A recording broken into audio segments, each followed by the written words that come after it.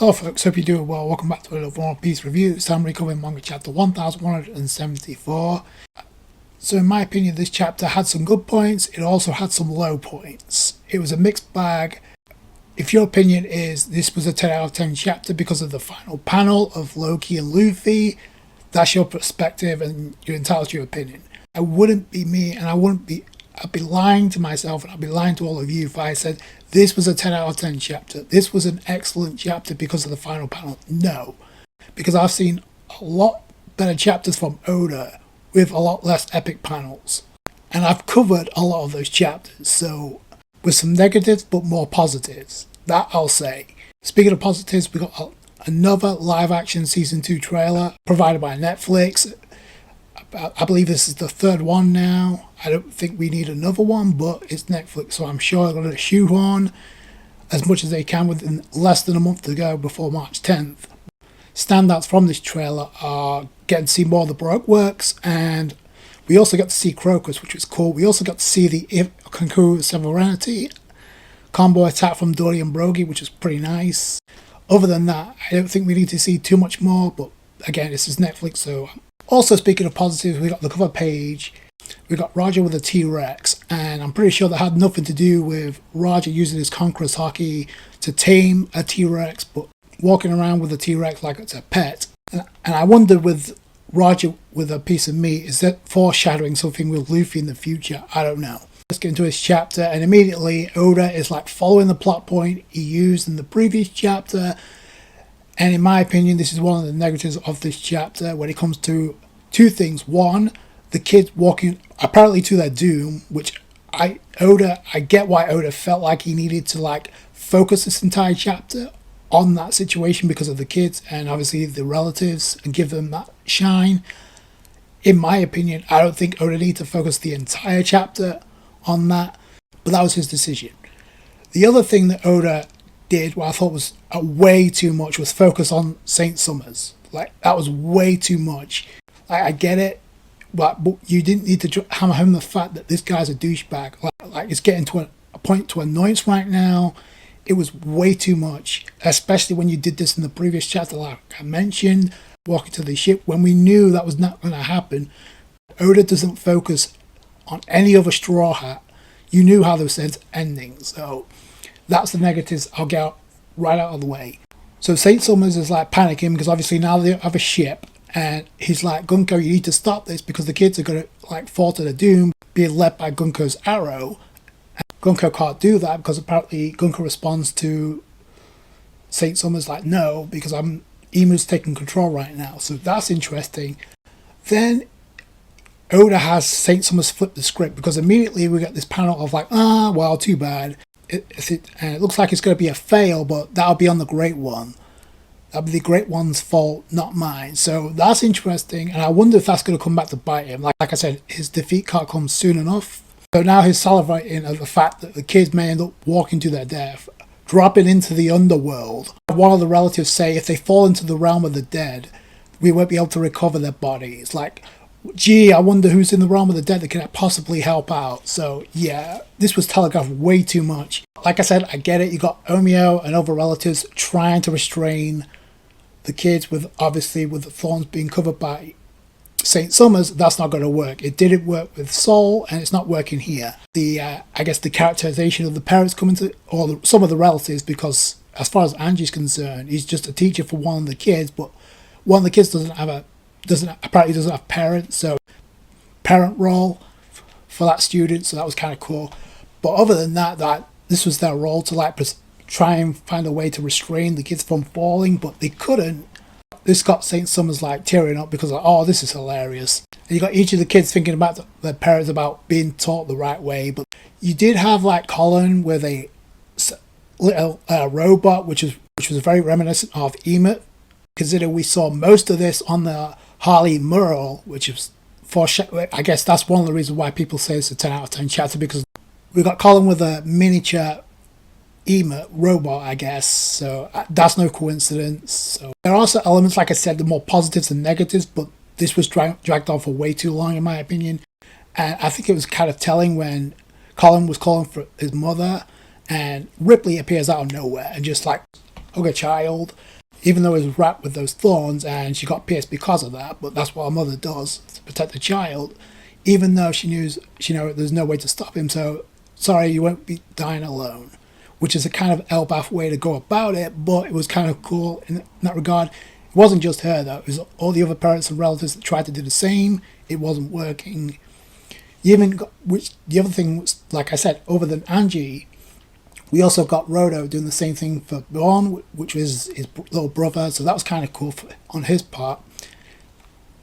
I'd like to know where Gerd and Goldberg were in this situation, considering we just saw a triple combo, 3 generals sovereignty in the previous chapter, but be that as it may, this is kind of cool for the relatives, the parents, and the teacher in Angie's case. I find it very interesting, though, that the only child that didn't panic was Rania. And I think this is the part where, okay, this has been dragged on for way too long. You saw Rania's face, the only one that didn't panic, because she goes on to say, it's okay, we'll be fine, I just know we'll be saved, which is something that she said back in chapter 1148, because she said she knew she was going to be saved. Oda's being way too blatant, or Ranya's like kind of breaking the fourth wall because she knows what's going to happen. And it was also in chapter 1148, I might add, that was the last time Oda had Robin do anything closely epic. And I don't know if Oda's going to go back to that. I hope so, but I just thought I'd point that out. But be that as it may, even though they've quote-unquote fallen to their demise, they end up getting saved by Luffy, who uses Gunko Rice Cracker Belly, which I guess is an upgraded version from Gumba Gumbaloo, because Luffy's in Gear 5th right now. Oda couldn't wait. So he's in Gear 5th, he saved the kids and parents G as if that was a shocker to anyone. Loki, who's transformed into a Needhog, which I guess is Oda's following the logic of Norse mythology, because that's basically a dragon in Norse mythology, a Needhog. As if the fandom hasn't made enough comparisons to Kaido, now we got another one. So immediately the prophecy is starting as the snow is falling. You got Loki and Luffy rising after saving the children. You also got Ragnar in the form of his squirrel form, which I thought was kind of cute. Kind of puts into perspective the size of Loki in comparison to Luffy, who's admittedly he's in giant form, but he's nowhere near the size of Loki. You even see the castle and the tree shifting, like the effect of Gear 5th awakening from Luffy. So you get to see things. You even got the drums of liberation kicking in. Like, the anime are going to make this a lot better than in the manga, in my opinion, because of obviously the sound effects. Then finally you've got like the Holy Knights, like what the hell? You got Oda using Jarl to narrate this prophecy. So he goes on to say, on a curious day when thunder and snow both flurry, because you got snow and thunder, a giant beast shall appear to blot out the skies. The drums of liberation will bloom out, and the sun god will rise. And as he says that, you got a gigantic panel, an epic panel. I'm not going to take that away. You got an epic panel of Luffy and Loki. You got Luffy in Gear 5th, you got Ragnar there, and you got Loki in his mythological Needhog's own form. And that's how Oda decides to end the chapter. Like I said, there's some positives, more positives than negatives, but which means we've got progression now, because now there's a possibility we're getting Luffy and Loki against Gunko a lot sooner than I thought we would. I thought Oda was going to hold this out, considering we got Sanji and Zoro. Granted, he could have those fights happen at the same time, but that kind of seems like bad luck for Brook, because I was kind of looking forward to that, to see the interaction with Gunko and Brook. Now, granted, Oda can hold off on Luffy showing up and give some spotlight to Brook, but I don't know, considering the way that Oda mentioned, like how this is going to be never before seen lightning fast pacing. I guess we'll see how Oda decides to wrap this up in Elbaf, like with the final fights. One thing about it, like, this was made crystal clear, with like Ibu taking control of Gunko, it's pretty, I said this already, like, it's going to time out and Gunko's going to revert to normal because of Brook. Like, that's what's going to happen. If that doesn't happen, then I do not see Imu losing, because if Imu takes full control, Imu's not losing before the final arc. So also, I don't know if Oda's going to have Loki fight in this form, just because the whole point of this is to protect Elbaf, not destroy it. The scale of Loki is insane, but For that very reason, I don't see Loki fighting in this form. It was just to fly himself out of the underworld up into the sun realm, and that's what we get here. Plus, it's part of the prophecy. Also, there's a lot of back and forth about who's part of the prophecy when it comes to saving Elbaf. Yeah, the sun god will rise. The thing about it, you have to remember, go back to the beginning. It was pretty much foreshadowed this was going to happen because Loki was calling himself the sun god. We knew Luffy was the sun god Nika, so we knew that was going to happen even before we saw the Harley Moro. I already said this, the final battle between Joy Boy and Emu is quite possible happened on Elbaf. So the big debate about this is two things coming out of this: Loki versus Kaido or Loki versus Shanks. Again, because of the title of the chapter, people are like, oh, well, Loki's stronger than Kaido. Listen, that's probably something we'll never know. Oda has no intention of bringing back Kaido, the same way he has no intention of bringing back Big Mom. He's not going to go 2 steps forward and 5 steps back to bring back Kaido and Big Mom after he just killed them both in Wano. The second thing is the comparison with Shanks, because of what we perceive to find out there was an altercation between the two. I'm not one of them because I'm starting to think there wasn't an altercation, and I don't think it's good.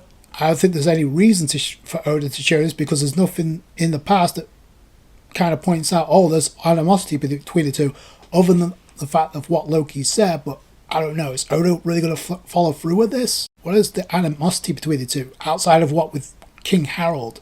I already talked about this. A lot of people want to see jump on board the Loki hype train and say, oh, how could Loki ever lose to Shanks? Well, first off, we don't know if Oda's going to go in that route anymore because he left it kind of up in the air, unless he reveals something towards the end of Elbaf that we didn't know. But he had that opportunity before he went back into the present, if he really wanted to. So we'll have to wait and see. A lot of people, that's a lot of people's big takeaway from this. I love how people seem to think that, or are hoping, the hardcore Usopp fans are hoping that Usopp possesses or gains possession of the Ragnir. And my first opinion is why? Why? Because it's a callback to a Usopp hammer gag back in Thriller Bark. Majority of Elbaf, Usopp's been a non-factor. That could change now that Usopp's free. How much spotlight is the Straw Hats that aren't the monster trio Loki going to get? And that includes Usopp. So, A, Usopp's a sniper, and B, Oda hasn't done anything with Usopp's character to warrant nor earn a weapon of that magnitude. He hasn't done that. You know who's earned a power-up, a chance to get his flowers, and I hope he does? Brook. He's been putting in work ever since Whole Cake Island. He put the work in Wano, not as much, but he did put the work in Egghead Island. If you've got a choice between the two and you've got a gun to my head, I'm going to pick Brook because Oda's done more with his character. Oda had a chance to do something with Usopp's character back in Wano, but he decided to have Big Mom overkill and take a potential 1v1 against Page 1 away from Usopp. Oda's going to have to pull a rabbit out of his ass to justify Usopp getting a weapon like that. And that pains me to say because I'm a Usopp fan. It's hard to feel that way these days considering the way that Usopp's portrayed, but I am. I don't know if Oda's going to give Usopp any justice in Elbaf or not. I hope so. I hope I'm wrong. But I said the same thing about when it comes to Robin. It's not about Robin getting a 1v1 fight because I've come to the conclusion that nothing is going to top the fight she had with Black Maria, at least post time skip, unless she has an interaction with Vice Admiral Doll. That is the only interactional fight I'm interested in as far as Robin's concerned, because that's an emotional fight for both of them because of the connection to Soul. As far as the comparison to Kaido, what else would you expect from the fandom? And I don't know if that's the reason why Oda decided this form, but I find it very convenient they decided to go with a dragon in Norse mythology rather than any other design. People are going to draw to the conclusion they want until the better end as far as Loki and Kaido. Again, it doesn't mean one's stronger than the other because we will never know. So especially now, because Loki's a bit taller than Kaido doesn't mean he's stronger. We don't really know for sure. But I will say this, no character introduction is as epic as the one we got with Kaido. People can say Loki's hype all they want. Kaido had one of the best introductions in the manga or anime for One Piece, period. So those are my thoughts. Please tell me yours in the comments below. Like I said, this has some positive points, but it also has some negative points. If you take away the final panel of this chapter and the interaction we got with Brook and Gunko, these last 3 out of the 5 chapters we got in this year have been average at best. Those are my thoughts. Please tell me in the comments below. If you agree or disagree, that's fine. If you enjoyed this video, you guys know what to do. Hit that thumbs up. I appreciate that. I appreciate you guys' support. Catch you guys later. Bye.